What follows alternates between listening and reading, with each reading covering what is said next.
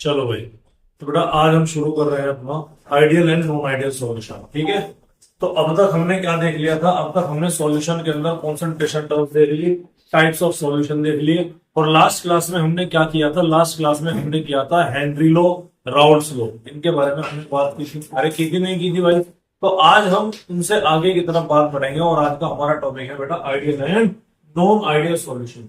तो अगर तुम्हारे रोड्स लो याद होगा तो रोड्स लो का ग्राफ मैं आपको बना करके दिखा देता हूँ कि रोड्स लो का ग्राफ मुझे कुछ ऐसा दिखा था।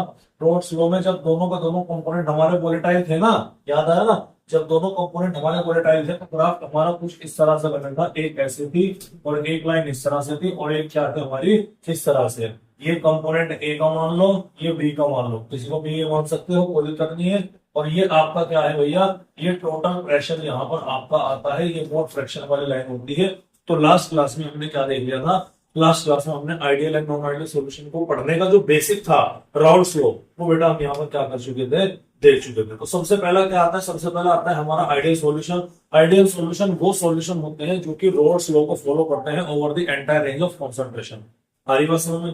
कंसंट्रेशन आप कुछ भी ले लो, ठीक है, और हर कंसंट्रेशन पर क्या फॉलो करेंगे भाई? आपके राउल्स लॉ को क्या करते हैं? फॉलो करते हैं। ठीक है, चलिएगा। अब आइडियल सॉल्यूशन के बारे में और हम जानकारी क्या हासिल करेंगे? देखो, आइडियल सॉल्यूशन वे सॉल्यूशन होते हैं, कौन से सॉल्यूशन होते हैं? जिनमें भाई आप वेपर प्रेशर कैलकुलेट करोगे। ध्यान से सुनना, क्या कैलकुलेट करोगे? Vapour pressure. एक वेपर प्रेशर तो ऐसा है जिसे आप थ्योरेटिकली कैलकुलेट करोगे, फॉर्मूला लगाओगे कॉपी पेन पे।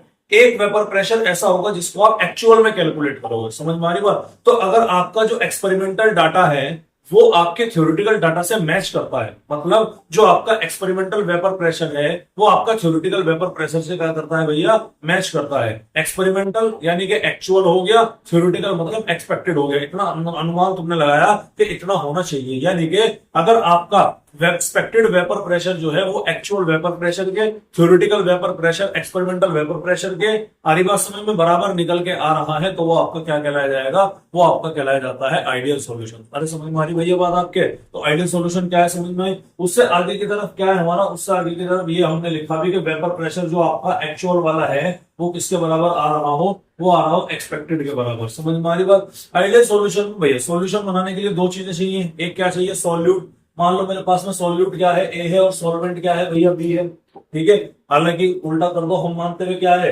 हम सॉल्यूट को बी मानते हुए सॉल्वेंट को क्या मानते हुए? ए आए। तो ए हमारा क्या होगा? सॉल्वेंट हो गया, बी हमारा क्या होगा? सॉल्यूट होगा। तो सॉल्यूट के अंदर कौन से पार्टिकल होंगे? सॉल्यूट के पार्टिकल होंगे। तो जो सॉल्यूट के पार्टिकल है, एक पार्टिकल बी, दूसरा पार्टिकल बी, उन दोनों के बीच में क्या है? इंटरमोलिकुलर फोर्स ऑफ अट्रैक्शन होगा। इधर सॉल्यूट सॉल्वेंट है, पार्टिकल सॉल्यूट सॉल्यूट के बीच में क्या है? इंटरेक्शन है। तो कहा यह गया कि जो आपका सॉल्यूट सॉल्यूट का इंटरेक्शन है, जो आपका सॉल्वेंट सॉल्वेंट का इंटरेक्शन है, वो किसके बराबर होगा? वो सॉल्यूट और सॉल्वेंट के इंटरेक्शन के बराबर होगा। हमारी बात समझ में? अरे भाई क्लियर है? तो यही तो लिखा है यहाँ पर कि सॉल्यूट सॉल्यूट का इंटरमोलिकुलर फोर्स ऑफ अट्रैक्शन और सॉल्वेंट सॉल्वेंट का इंटरमोलिकुलर अट्रैक्शन किसके बराबर होगा भाई? सॉल्यूट सॉल्वेंट के इंटरमोलिकुलर फोर्स ऑफ अट्रैक्शन के यहाँ पर क्या होता है? बराबर निकल के आता है। ठीक है, ये तो ग्राफ बनाया था ना हमने, जिसको मैंने बोला कि भैया ये राउल्स लॉ का ग्राफ था, इसे फॉलो करना। जिसका ग्राफ इस तरह से आ रहा है निकल के, समझ जाओ वो क्या है हमारा? वो हमारा आइडियल सॉल्यूशन है। ठीक है, आइडियल सॉल्यूशन बनाने के दौरान ना तो वहां पर हीट एब्सॉर्ब होगी ना वहां पर हीट लिबरेट होगी। कहने का मतलब ये है कि जो डेल्टा एच की वैल्यू है बेटा वो हमेशा क्या रहेगी? वो रहेगी जीरो। डेल्टा एच की वैल्यू जीरो है तो डेल्टा वी मिक्सिंग की वैल्यू भी कितनी होगी भाई? जीरो होगी। अब सवाल ये है कि डेल्टा वी मिक्सिंग का क्या मतलब है? मतलब डेल्टा वी जब आप वॉल्यूम मिलाओगे तो भैया आपका वो चेंज इन वॉल्यूम जीरो होगा। ये तो ऑब्वियस सी बात है भाई। एक बात बताओ, सिंपल सा फंडा है। मैंने कहा कि आपका 5 ml ए मिलाया, 5 ml सॉल्वेंट मिलाया, टोटल सॉल्यूशन कितना बनेगा तुम्हारा? 10 ml का बनेगा, नहीं बनेगा? तो अगर मैं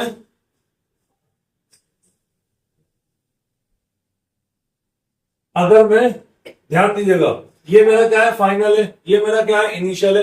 फाइनल माइनस इनिशियल कितना हो गया? जीरो। भाई जाहिर सी बात है इतना ही होगा। लेकिन जब हम प्रैक्टिकल लेवल पे देखते हैं ना बेटा, तो 5 और 5 10 ml नहीं होता।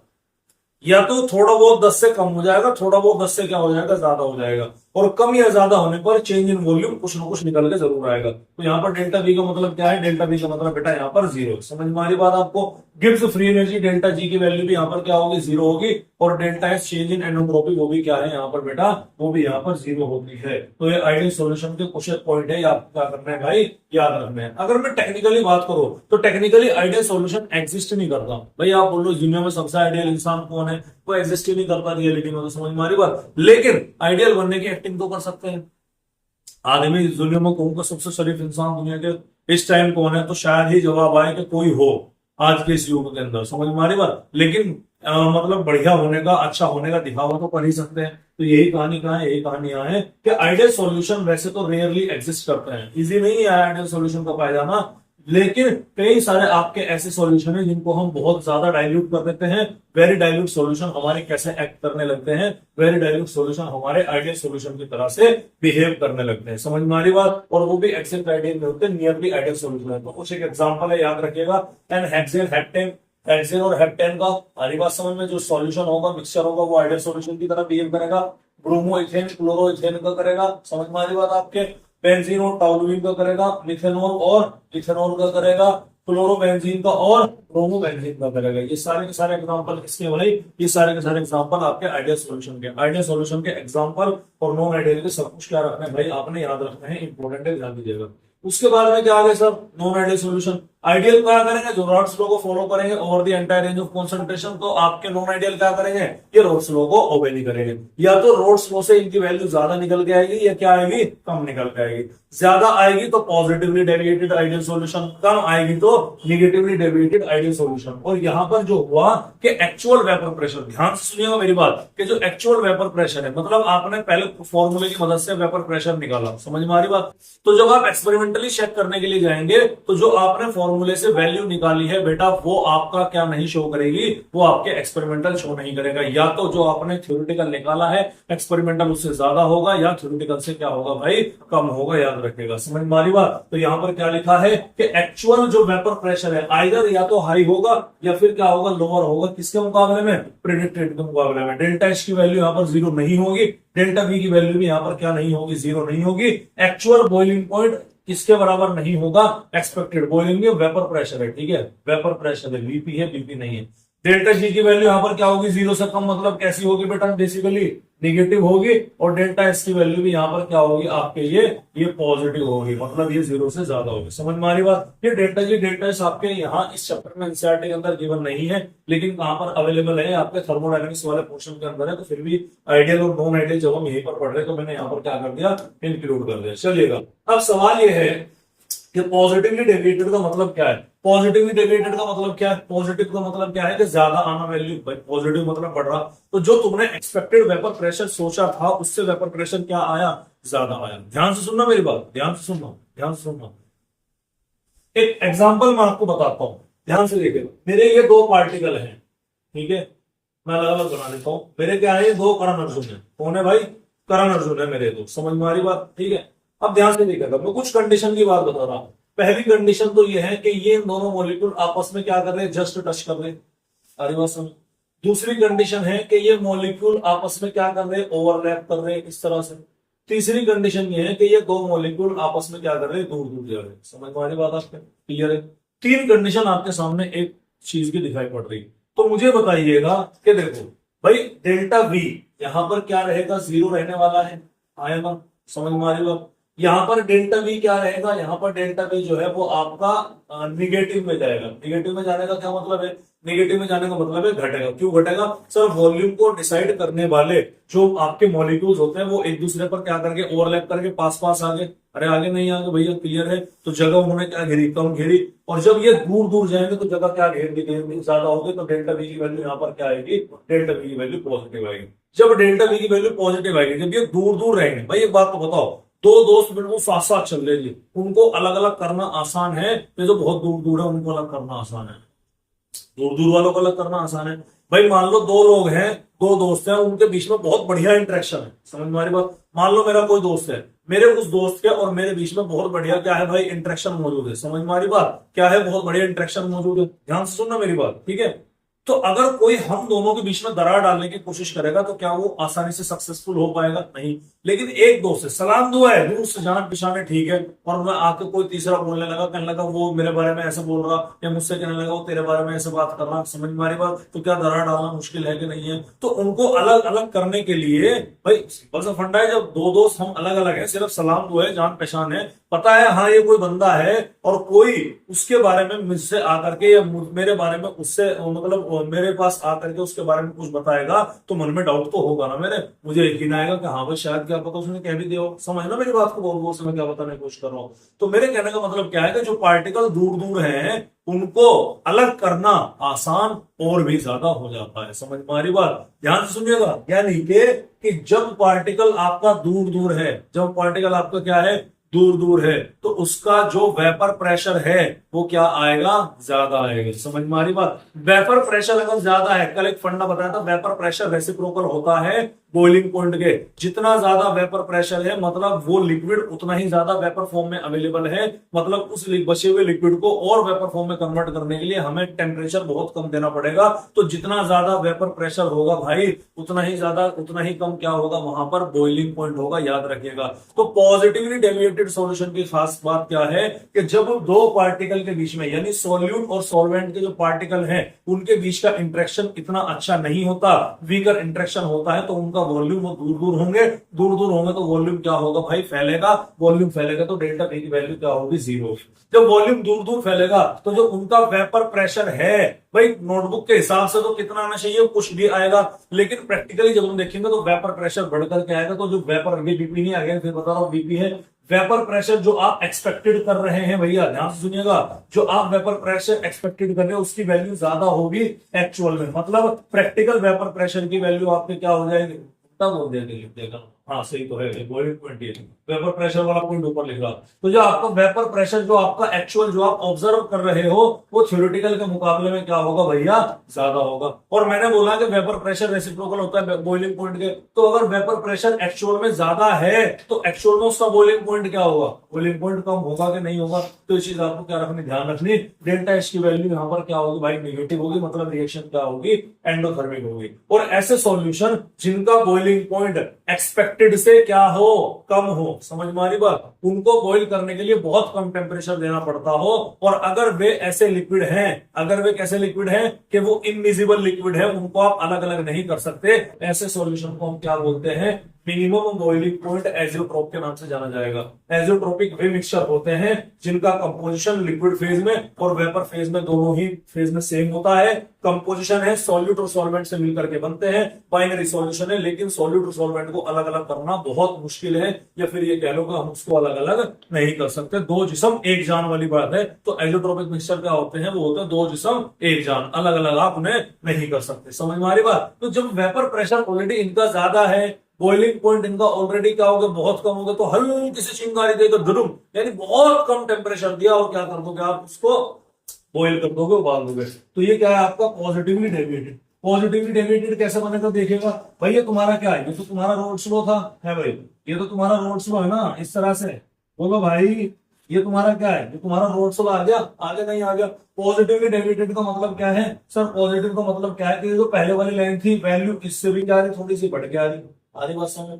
दूसरे वाली जो प्रेशर की लाइन थी इससे भी वैल्यू क्या आ रही? बढ़ के आ रही। और तीसरे वाले से बढ़ के क्या आ रही? वैल्यू प्रेशर बढ़ के आ रही। आप देख सकते हैं कि जो ग्रीन वाली dot dot dot dot dot है ये तो राउंड स्लो के अकॉर्डिंग है, और ये वैल्यू क्या आ रही? ये बढ़ रहा, ये रहा बढ़ रहा, और यहाँ पर ये क्या हो रहा है? हमको बढ़ता हुआ नजर आ रहा है। समझ में आ रही बात? तो ये क्या है हमारे positively deviated non solution. Example है कि जितने भी आपके अल्कोहल है, जितने भी आपके अल्कोहल है, इथेनॉल, मिथेनॉल, प्रोपेनॉल, ब्यूटेनॉल, जितने भी आपके अल्कोहल है उनको पानी में आप मिला दोगे। समझ में आ रही बात? तो वो आपका कैसा सॉल्यूशन बनाएंगे? पॉजिटिवली डेविएटेड सॉल्यूशन बनाते हैं। इथेनॉल और साइक्लोहेक्सेन हुआ, इथेनॉल और एसीटोन हुआ, एसीटोन और CH2 हुआ, एसीटोन और CO2 हुआ। देखो यहाँ पर एसीटोन है ना, CH2 है, CH2 की जगह एक और रख दो, क्या रख दो? CO2 रख दो। CCl4 प्लस टाउलविन हुआ, एसीटोन प्लस CCl4 हुआ। ये सारे के सारे एग्जांपल आपके किसके हैं भाई? ये सारे के सारे आपके example positively deviated non ideal. तो नेगेटिवली डेविएटेड का मतलब क्या है? नेगेटिवली डेविएटेड का मतलब ये हो गया कि जितनी वैल्यू तुमने वेपर प्रेशर की मानी थी उससे वैल्यू क्या आ रही है? कम आ रही है। कम क्यों आ रही? क्योंकि सर पार्टिकल के बीच का intermolecular force of attraction high है। तो जब intermolecular force of attraction high है तो तुम्हें उनको अलग अलग करने में बहुत ज्यादा एनर्जी देनी पड़ेगी, यानी कि जब वेपर प्रेशर उनका कम है तो उन्हें बॉईल करने के लिए ज्यादा टेम्परेचर देना पड़ेगा। और अगर वे मिक्सचर कैसे होंगे भाई, अगर वे मिक्सचर आपके वैसे होंगे, एज़ोट्रोपिक मिक्सचर होंगे, दो जिस्म एक जान वाले मिक्सचर होंगे, तो उसको हम क्या बोलेंगे, मैक्सिमम बॉइलिंग पॉइंट एज़ोट्रोप के नाम से जानेंगे। ये प्रोसेस बेसिकली एक्सोथर्मिक होता है और डेल्टा बी की वैल्यू यहाँ पर क्या आएगी, कम आएगी निकल के, क्योंकि पास पास है ना तो दूरी उनके बीच में यहाँ पर नहीं रहेगी। एग्जाम्पल है, जितने भी आपके एसिड है उनका पानी के अंदर सॉल्यूशन आप मिला दो, वो आपका क्या कहलाया जाएगा, नॉन आइडियल होगा। एसीटोन और एनिलीन हुआ, एसीटोन और क्लोरोफॉर्म हुआ, phenol aniline ether chloroform, chloroform क्या हो गया, एनिलीन हो गया। अगर आप एक चीज नोट करें तो आप यहाँ पर ये पाएंगे कि ज्यादातर एग्जाम्पल यहाँ पर कॉमन है, जैसे एनिलीन यहाँ भी है, यहाँ भी है एनिलीन और यहाँ भी है, क्लोरोफॉर्म यहाँ भी है, यहाँ भी है और यहाँ भी है। आरी भाषा में एसीटोन यहाँ भी है, यहाँ भी है, ये फिनोल हो गया, ये आपका ईथर हो गया। समझ में आ रही भैया बात आपके, क्लियर है भाई, अरे कोई दिक्कत वाली बात है, चलिएगा। तो एक इसके एग्जांपल हो गए, ये आ गए नॉन आइडियल सॉल्यूशन के। वही कहानी एज़ोट्रोपिक, एज़ोट्रोपिक मिक्सचर की बात क्या होती है, एज़ोट्रोपिक मिक्सचर होते हैं दो जिस्म एक जान, क्या होते हैं भाई, दो जिस्म एक जान, यानी कि दो कंपोनेंट बाइनरी सॉल्यूशन होते हैं। लेकिन ऐसे सॉल्यूशन होते हैं जो कि आपका जिनका कंपोजिशन फिक्स रहेगा वेपर फेज में भी और लिक्विड फेज में भी, इन दोनों को अलग अलग नहीं किया जा सकता, कंपोजिशन इनका क्या रहने वाला है, सेम रहने वाला है, ठीक है। पहला तो वो ये minimum boiling point azeotropic mixture कौन शो करेगा, positively deviated non ideal solution जो होते हैं वे मिनिमम एज़ोट्रोपिक मिक्सचर को या मिनिमम एज़ोट्रोपिक मिक्सचर का एग्जांपल होते हैं। और पॉजिटिवली डेविएटेड में वेपर प्रेशर क्या होगा, ज्यादा होगा, बॉइलिंग पॉइंट कम होगा, तो बहुत कम टेम्परेचर देना पड़ेगा उनको बॉइल करने के लिए। इसका एक एग्जांपल याद रखिएगा, 95% इथेनॉल। भाई अल्कोहल विद वाटर था ना, तो उसमें अगर 95% अल्कोहल और 5% तुम वाटर मिला दोगे तो लिक्विड फेज में भी और वेपर फेज में भी क्या है, उनको अलग अलग करना बहुत मुश्किल हो जाता है, ठीक है। सेकंड आता है आपका maximum boiling point azeotropic mixture.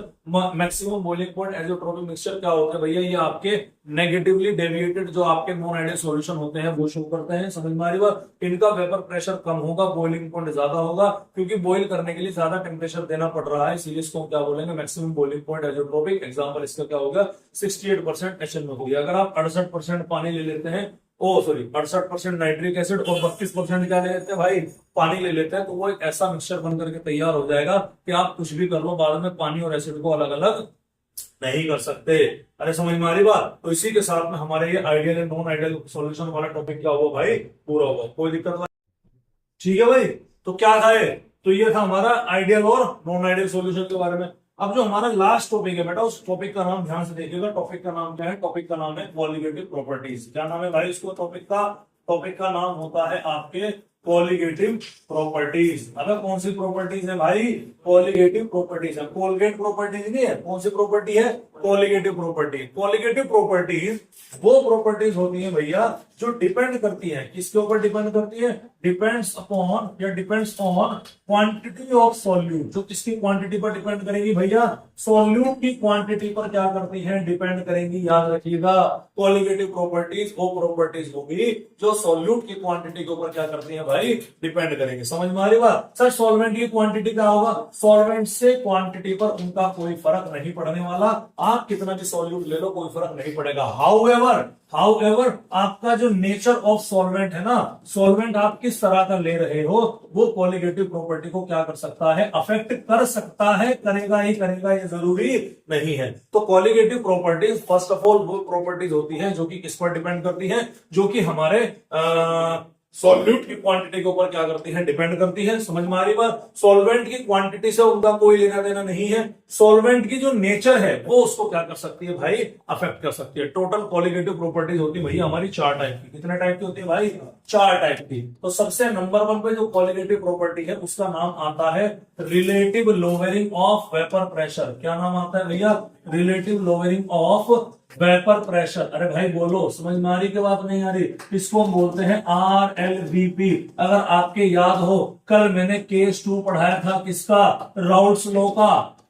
अरे याद है क्या, केस 2 पढ़ाया था राउल्ट्स लॉ का। केस 2 में क्या था, केस 2 में हमारे ये था कि हमारा सॉल्यूट कैसा था भाई, नॉन वोलेटाइल सॉल्यूट था, और सॉल्वेंट कैसा लिया था हमने, वोलेटाइल सॉल्वेंट लिया था। अभी याद आया कि नहीं आया? तो ये सॉल्यूशन से हमने देखा था कि वेपर प्रेशर में जो कमी आती है वो इस बात के ऊपर डिपेंड करता है कि आप सॉल्यूट के कितने मोल फ्रैक्शन वहां पर ले रहे हैं। अरे नहीं यानी समझ बात? तो जब हमने वो लिया था तो यहाँ पर हमें इस तरह की प्रॉपर्टीज देखने मिलती है। ये ऑलरेडी डिस्कस हो चुकी है, एक बार रिवाइज और करा दूंगा। सेकंड आती है बेटा एलिवेशन इन बॉइलिंग पॉइंट। क्या होती है भैया? Elevation in boiling point. Boiling point में एलिवेट करना। सर जब भी आप नॉन वोलेटाइल सॉल्यूट को किसी वोलेटाइल सॉल्वेंट के अंदर डालेंगे तो उस वोलेटाइल सॉल्वेंट का जो बॉइलिंग पॉइंट है उस प्योर लिक्विड से क्या हो जाएगा? बढ़ जाता है, ज्यादा हो जाता है। समझ में आ रही बात? तीसरा आता है भाई डिप्रेशन इन फ्रीजिंग पॉइंट। तीसरा क्या आता है भैया? Depression in freezing point. जब भी आप किसी नॉन वोलेटाइल सॉल्यूट को किसमें कन्वर्ट करते हैं, मतलब ऐड करते हैं किसके अंदर? वोलेटाइल सॉल्वेंट के अंदर, तो उसका जो फ्रीजिंग पॉइंट है भाई उसमें क्या आ जाता है? कमी हमको देखने मिलती है। समझ में आ रही बात? मान लो पहले वो 10 पे हो रहा तो अब कितने पे होने लगेगा? अब वो होने लगेगा आपके 5 पे होने लगेगा। हमारी बात समझ क्लियर है? ठीक है, मतलब सॉरी पहले 5 पे हो रहा, मतलब फ्रीजिंग पॉइंट तो टुवर्ड्स 0 आता है ना, टेम्परेचर घटाना पड़ता है ना फ्रीजिंग पॉइंट में। तो मान लो अगर कोई लिक्विड जो है पहले वो किस पे फ्रीज हो रहा, पहले वो जो था आपके 25 डिग्री पे फ्रीज हो रहा या 20 डिग्री पे फ्रीज हो रहा, तो वो कितने पे होने लगेगा? 30 पे होने लगेगा। मतलब समझ में आ रही? क्योंकि टेम्परेचर ज्यादा से कम की तरफ को जाता है ना। समझ में आ रही बात? चलिए उसके बाद में लास्ट आता है बेटा आपका ऑस्मोटिक प्रेशर। लास्ट क्या आता है भाई? Osmotic pressure. तो टोटल आपकी कितनी कॉलिगेटिव प्रॉपर्टीज हैं भाई? 4 कॉलिगेटिव प्रॉपर्टीज है, जिनको मैंने यहाँ पर क्या करा दिया? आपको नाम लिखवा दिया। तो सबसे नंबर 1 वाली जो कॉलिगेटिव प्रॉपर्टीज होती है बेटा वो होती है RLVP, relative lowering of vapour pressure. समझ में आ रही बात? तो ये तो हम जानते हैं कि जब कोई नॉन वोलेटाइल सॉल्यूट ऐड किया जाता है वोलेटाइल सॉल्वेंट के अंदर तो उसके वेपर प्रेशर के अंदर कमी आएगी। ये तो कल भी मैंने आपको बता दिया था। समझ में आ रही बात? अब वो कमी कितनी आएगी उसको कैलकुलेट किया जाता है एक हमारे कॉन्सेप्ट से, जिसका नाम क्या है? जिसका नाम है RLVP। ठीक है, तो इसका मैं डायरेक्ट डेरिवेशन आपको अगर ध्यान होगा तो मैं आपको बता देता हूं। तो इसका हमारा डेरिवेशन डायरेक्ट निकल के आया था कि delta P upon P not A is equal to इसके बराबर था XB के बराबर था। समझ में आ रही बात? और अगर मैं XB की वैल्यू यहां पर रखता हूं तो NB अपॉन NA रखा था। अरे नहीं सर, NA प्लस NB होना चाहिए था। याद करो मैंने कहा था कि सॉल्वेंट के कंपैरिजन में सॉल्यूट की क्वांटिटी बहुत बहुत कम होती है, इसीलिए उसे क्या करते हैं? लिंक करेंगे। एक और पॉइंट मेरे याद आया, वो ये कि कॉलिगेटिव प्रॉपर्टीज होती हैं वो भी बहुत डाइल्यूट सॉल्यूशन की तरह, बहुत वेरी डाइल्यूट सॉल्यूशन के लिए स्टडी करी जाती है। यानी सॉल्यूशन जो होता है ना बहुत ज्यादा डाइल्यूट होता है, उसके लिए कॉलिगेटिव प्रॉपर्टीज को पढ़ने में और ज्यादा मजा आता है। ठीक है, तो डेल्टा P इक्वल टू क्या था भैया? Delta P upon P note है क्या था? XB के बराबर। और XB का फॉर्मूला क्या था आपका? NB upon NA। अरे नहीं यार भाई समझ बात क्लियर है? तो ये क्या था आपका? NB अपॉन NA है यहाँ। ठीक है, इसके अलावा यहाँ पर अब हम इसको अगर मैं बोलूं तो WB अपॉन MB इंटू में क्या आ गया आपका? WA और इंटू में क्या आ गया? Molecular weight of A। तो बेटा ये हमारी क्या होती है? ये हमारी relative lowering of vapour pressure है, जहां पर WB वेट ऑफ सॉल्यूट होगा, MB molecular weight of solute होगा, MA molecular weight of solvent होगा और WA क्या होगा भैया? वेट ऑफ आपका सॉल्वेंट यहां पर होगा। अरे भाई बोलो समझ में आ रही कि नहीं आ रही बात आपको? अच्छा, कुछ जगह पर आपको यहां से क्या निकालने के लिए दे सकते हैं? कुछ जगह पर आपको यहां से मोलैलिटी निकालने के लिए दे सकते हैं। क्या निकालने के लिए दे सकते हैं? मोलैलिटी निकालने के लिए दे सकते हैं। तो उस कंडीशन में आपको मैंने डेरिवेशन बताया था कि मोल फ्रैक्शन का और मोलैलिटी का क्या रिलेशन है, तो यहां से हम उसकी तरफ को बढ़ेंगे। समझ में आ रही बात आपके? चलिए, तो पहली कॉलिगेटिव प्रॉपर्टी थी हमारी RLVP को हमने क्या कर ली? यहां पर देख ली। सेकंड कॉलिगेटिव प्रॉपर्टी है बेटा हमारी टेम्परेचर को लेकर के। सेकंड कॉलिगेटिव प्रॉपर्टी किसको लेकर के है? टेम्परेचर को लेकर के। और उसका नाम क्या है भैया? उसका नाम है एलिवेशन इन बॉइलिंग पॉइंट। क्या नाम है भाई उसका? Elevation in boiling point. यानी कि किसी भी सॉल्यूशन का क्या हो रहा है? बॉइलिंग पॉइंट एलिवेट कर जा रहा है। सबसे पहले तो हमें समझना जरूरी है कि भैया हमारा बॉइलिंग पॉइंट आखिर होता क्या है? क्या है भैया हमारा बॉइलिंग पॉइंट आखिरकार होता क्या है? तो बॉइलिंग पॉइंट, अब बताओ बॉइलिंग पॉइंट को बिल्कुल साधारण भाषा में समझाओ कि कोई लिक्विड तुमने रखा, आग लगाई उसके नीचे और उसे क्या कर दिया? वेपर फॉर्म में कन्वर्ट कर दिया, उड़ा दिया। समझ में आ रही बात? कोई लिक्विड उड़ कब रहा है? देखो हमारे एटमॉस्फेयर में कुछ ना कुछ एक प्रेशर है, वो प्रेशर किसके बराबर होता है? 1 atm के बराबर। आ रही बात समझ? अगर आप किसी लिक्विड को इतना बॉइल कर दें, इतना वेपर प्रेशर उसका बना दे, इतना वेपर प्रेशर उस लिक्विड का बना दे, वेपर फॉर्म में जब आप कन्वर्ट कर रहे हैं कि जो उसका वेपर प्रेशर 1 atm के बराबर पहुंच जाएगा, तो उस कंडीशन में वो लिक्विड पूरी तरह से क्या कर जाएगा? इवापोरेट कर जाएगा। तो बॉइलिंग पॉइंट टेक्निकली वो टेम्परेचर होता है जिस पर किसी लिक्विड का वेपर प्रेशर उसके एटमॉस्फेरिक प्रेशर के यानी कि 1 atm के बराबर हो जाए, तो उस कंडीशन को, उस टेम्परेचर को ही हम क्या बोलते हैं भाई? बॉइलिंग पॉइंट बोलते हैं। अगर कोई लिक्विड है, प्योर है तो अलग मसला है, लेकिन अगर तुमने कोई उसके अंदर ऐसा सॉल्यूट ऐड कर दिया, नॉन वोलेटाइल सॉल्यूट ऐड कर दिया, तो नॉन वोलेटाइल सॉल्यूट ऐड करेंगे तो वेपर प्रेशर कम होगा, वेपर प्रेशर कम होगा तो उसको बॉईल करने के लिए और ज्यादा टेम्परेचर देना पड़ेगा। इसीलिए कहा गया है कि बॉइलिंग पॉइंट में क्या आ जाता है, एलिवेशन आ जाता है। कब? जब आप किसी तरह का कोई नॉन वोलेटाइल सॉल्यूट वहां पर क्या कर रहे होते हैं भाई, ऐड कर रहे होते हैं। ठीक है, आज बस इतना ही करते हैं, बायो क्लास का भी हमारा थोड़ा सा टाइम हो गया। ठीक है, तो आज की क्लास हम केवल यहीं पर रखते हैं। तो भाई इसको देखिएगा, कल मैं आपकी क्वालिटेटिव प्रॉपर्टी सारी की सारी क्या कर दूंगा, कल आपकी खत्म कर दूंगा, और कल ही हम क्या कवर करने वाले हैं भाई, न्यूमेरिकल को देखने वाले हैं। समझ में आई बात? और इसी के साथ हमारे आज के मुख्य समाचार समाप्त हुए। नमस्कार।